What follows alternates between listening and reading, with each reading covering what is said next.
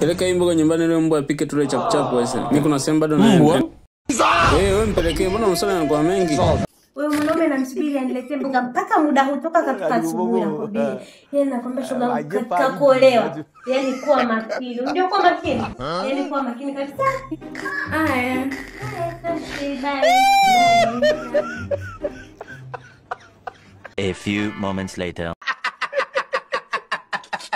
Nina njaa mbaya mno. Yapi? Hello. Unajua pika wakati mboga nishaagiza muda mrefu. Karibia vikao vizima sasa hivi nimeagiza mboga. Wakati nimetoka kuja kama mteja kuja kinasubiri leo mboga. Hajafika mpaka muda huu. Bas. Juna maana yake. Nimeagiza mboga Kika alete. Meona. Kuna alileta mboga. Kika. Njoo, hebu njoo.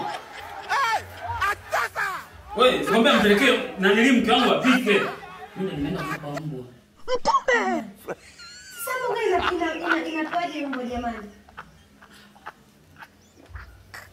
Kwa ulipagiza mambo pelekaje? Umeona? Kumbe mboga umeagiza ipelekewe mbwa bandani na sio mimi. Sikumaanisha mbwa. Ndio ulimaanisha nini? Allah. Allah. Mama.